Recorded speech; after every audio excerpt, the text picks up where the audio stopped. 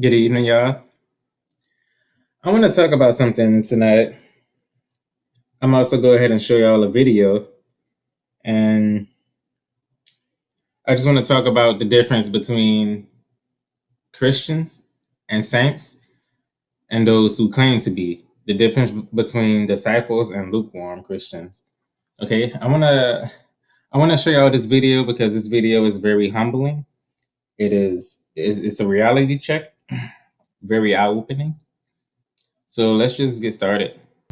Few places in the world are seeing the explosion of God's power like the underground church in China is experiencing.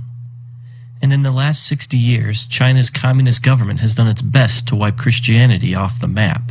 What you are about to see is some of the rarest footage on the planet.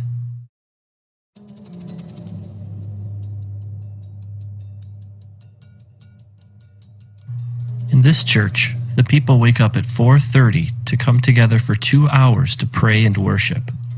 They do this every day.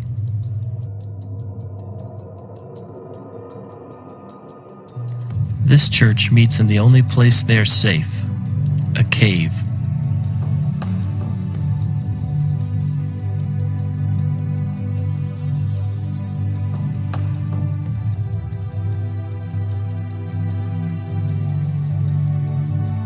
This church meets on a farm, far away from prying eyes.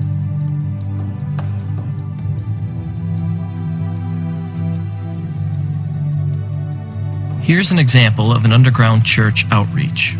The people sitting are Christians. The people who are standing are not. This particular preacher was once crippled, but was healed when someone prayed for her.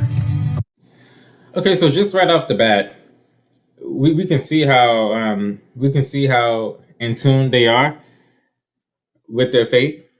Okay, but notice what he said. They have to go underground, and I'm not sure if he got to that part yet, but he talked about how it's well, I guess he's gonna start talking about how the temperature will get as high as 120 degrees under there and stuff like that. So this is the length that these people are willing to go in order to worship their God. Okay. Now, the thing about China is it is a communist society, right? There are no lukewarm Christians in China, okay? Because the lukewarm Christians there, guess where they are? They are blended in with society, okay? Only the true disciples of Christ are underground because in China, Christianity is pretty much outlawed, as he just said. Okay, so that this is why the coming tribulation is important. I mean, although from a carnal perspective, it is gonna be terrible. It's gonna be a bad event, starvation, wars, all that stuff. But from a spiritual standpoint, it's gonna be. I may sound crazy, but it's gonna be an amazing event because it's gonna separate the goats from the sheeps. You understand? It's gonna separate the boys from the man, the lukewarm Christians from the actual saints. I mean, it's gonna force you to make a decision as to who you serve, and you can already see these people here, the Chinese brethren, going through that event right now. So let's continue with the video. She now preaches the good news of Jesus to anyone who will listen. In this particular meeting, over 1,000 people became Christians.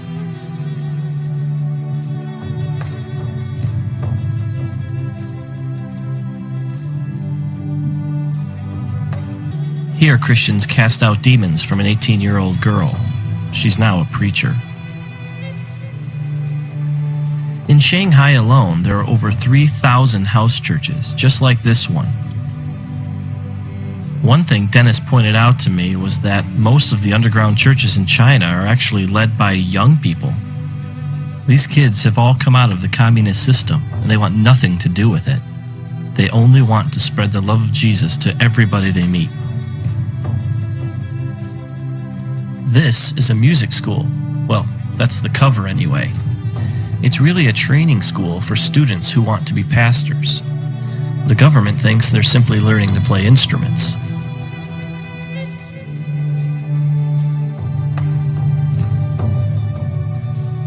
One thing I quickly realized about the Chinese church is that it's a lot different from the American one. For one thing, they think a 4-hour Man, can you say that again? Let me see. Say that again. One thing I quickly realized about the Chinese church is that it's a lot different from the American one. Is For it? one thing, they think a 4-hour sermon is short. In this church service, it's 120 degrees inside the building. The people meet for 12 hours straight. All right, y'all know I gotta stop it right there. We think 4 hours is long. I mean, the church I usually go to is about 2 hours and stuff like that. And for the most part, I'll admit I'm just as guilty. I mean, in the past, I used to wait. I'd be waiting for church to end so I can get home and watch football. Like this is back in high school and stuff like that, which was probably like an hour and 30 minutes. But you got people here. These people here, they're underground. Not only do they have to go underground in 120-degree room temperature and stuff like that, but they're down there for 12 hours. See, the point is, this is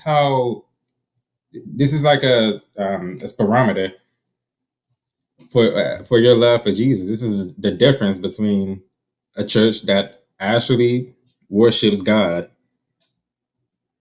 and the lukewarm church, the church here in America, because as a church, I'll admit, we are spoiled, okay? We are, compared to them, we are conformed into the world. They're under here going against their government authorities to meet for 12 hours a day, okay? So that should really tell us something, all right? Because we say we're Christian. We say we worship God and stuff like that. But they're out here showing it. They're going above and beyond to worship Jesus. Like I say, Christianity is outlawed in China. In America, we still have that remnant of protection, okay? We have that remnant of protection, and yet we don't worship God nearly to the capacity that they do. That's a problem with that. The Apostle Paul was he was a powerful teacher back in his days. He wrote the letters to the different churches and stuff like that. But y'all realize that he didn't have nearly the information that we have about Christ today, because we have the manuscripts. We have all 66 books of the entire book, including all the books of the New Testament and stuff like that. And we have access, via the internet and stuff like that. So I will go as far as saying that we have more information about the Messiah than the Apostle Paul did. So when we stand before God on Judgment Day, we're going to be without excuse, okay? And I say that to say we have like the remnant of protection. We have the resources and everything, while they have to go underground to worship God, but yet we think 2 hours to 4 hours is long when they out here doing it for 12 minutes. So we really need to do some soul searching, because this is a reality check. Let's continue.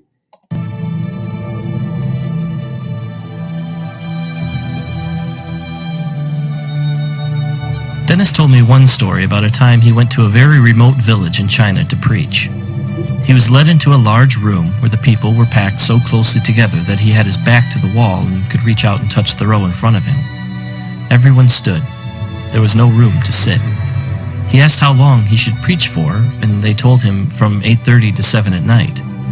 Then they asked him if it wasn't too much trouble, could you come back tomorrow and preach from 8:30 to 7 again? And then, very sheepishly, they asked again, if you'd be so kind, could you come back the day after that and preach from 8:30 to 7? He asked how often he should take breaks, and they told him not to stop. The people will wait. Then he asked them what he should preach on. Everything, they replied, from Genesis to Revelation. And then it dawned on him, these people had no Bibles. After the death of Mao Zedong, the Chinese people, cheated by a false god, began to search for the true God.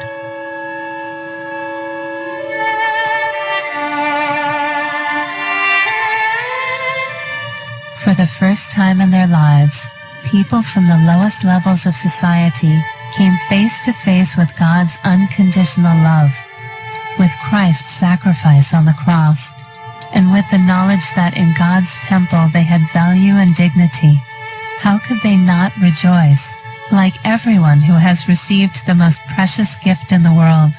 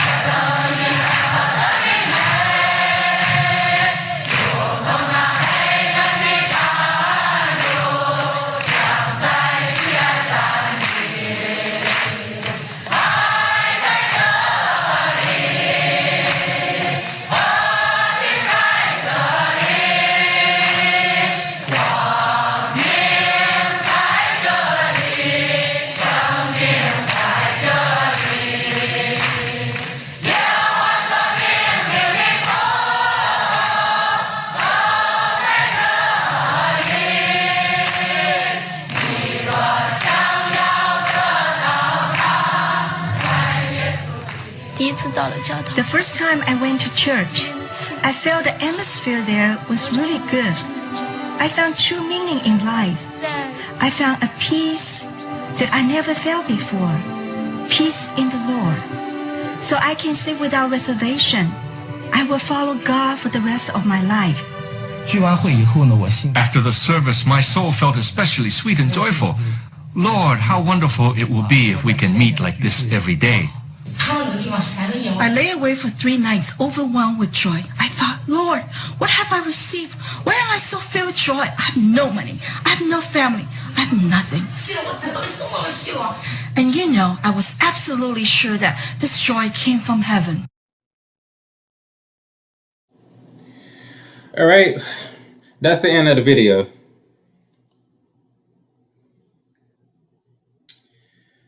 Yeah, so a few years ago, I was watching a YouTuber who normally exposed the Illuminati and stuff like that, but he showed me a similar video concerning the Chinese of them receiving their Bibles for the first time, and they burst into tears. Okay, they started crying because they finally one of them was claiming that this is what they finally needed. You know, they finally, it was such an emotional moment. But yeah, we have Bibles that we haven't read in years and stuff like that. So this video should be a reality check, right? We claim that we love Jesus, but do we really? Or are we really following God? Or are we just lukewarm? Okay? Because they're at the root of the Antichrist system right now. Okay? They are experiencing, and we have brothers and sisters in Christ all over the world, and Middle Eastern countries experiencing persecution and stuff like that. And we have some in America. We have a pastor named Arthur. I'm not sure if y'all familiar with him, but yeah, he's famous for telling the police or the authorities, to get out of his church when they interrupted during the service, calling them the Gestapo, the Nazis. And I'm actually not sure what's going on with him right now, but I know I recently helped and donated for him. But you can see he's in Canada, by the way, and you can kind of see the human rights and stuff like that slowly starting to fade away and stuff like that, because they have to bring in the New World Order, the Antichrist system and stuff like that. But look, I just want this to be a reality check. I want to try to do some soul searching. And, we are in the last days, and we cannot afford to screw up. We can't afford to mess around, because Jesus is coming, and he wants to know that once he gets there, will he find faith? You know what I mean? Who's going to be serving God in the last days? And I get it, out here in America, we have the freedom and protection, and we have the American dream, basically. Okay, but we have to realize we have to get our priorities straight. All right, because we know none of the stuff in this world is gonna go with us to eternity. to the judgment and stuff like that. So, look, y'all, these are brothers and sisters in Christ. They are experiencing persecution, Christianity outlawed. But I want y'all to look at the way they worshiping God and look at the way that we are, okay, and use them as a barometer to do some soul searching.